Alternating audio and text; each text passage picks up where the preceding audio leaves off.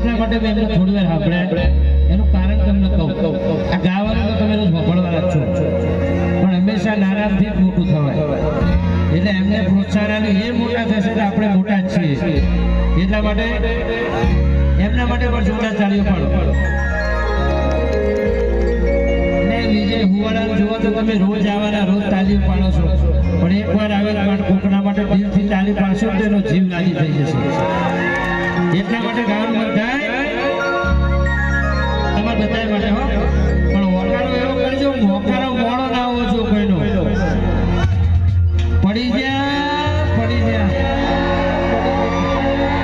એટલા માટે